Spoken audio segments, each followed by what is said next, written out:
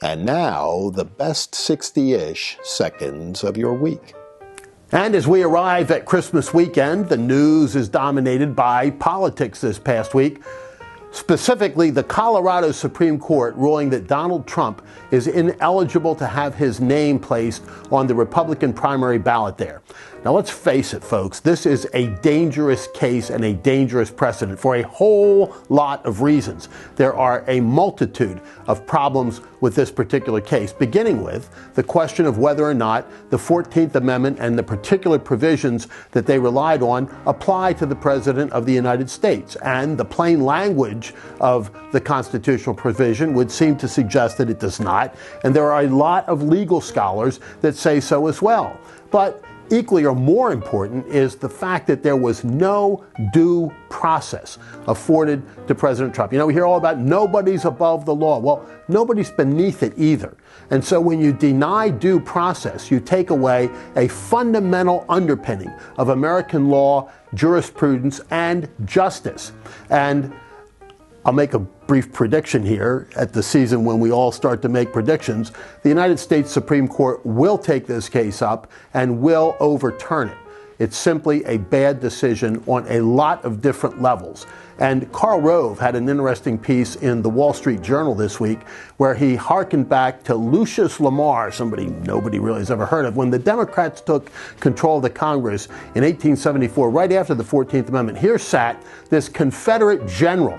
And frankly, there were a lot of former Confederates, all of them Democrats, by the way, serving in Congress over the course of the next couple of decades. People who had been open insurrectionists, who had shown their contempt for the Union not only in the halls of Southern government, but also on the battlefield against their brothers to the north. And yet, nary an issue with the 14th Amendment there.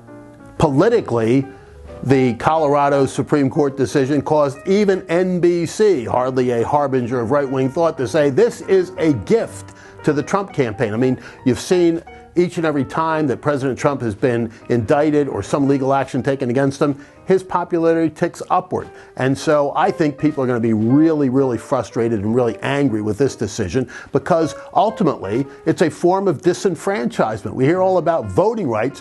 What about the rights of the voters in Colorado to select the candidates they want? So I think that there's an awful lot yet to come from this. And as the week was ending, we heard from Robert F. Kennedy, now a third-party candidate, but obviously from a very, very prominent Democrat family, who said this is a banana republic-style travesty.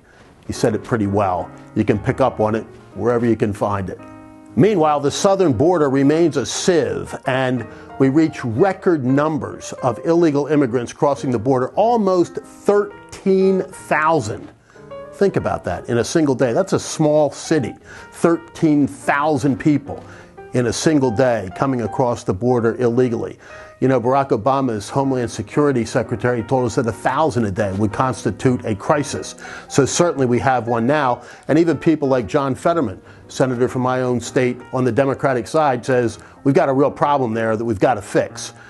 Apparently the Biden administration still hasn't figured it out, and Kamala Harris, the border czar, and Alejandro Mayorkas, who has just said, come on in, have got a lot of explaining to do to the American people and a lot of work to do to bring this crisis under control, because the ripple effects from having no borders are being seen all across the country. And finally, this weekend begins the celebration for Christians of the birth of our Lord, a blessed time of year, and one where we reflect not only on his first coming, but look forward to his second coming. And I will leave you with this. Unto us a child is born, unto us a son is given, and the government shall be upon his shoulder, and his name shall be called Wonderful, Counselor, Mighty God, Everlasting Father, Prince of Peace. And for now, that is the best 60-ish seconds of your week.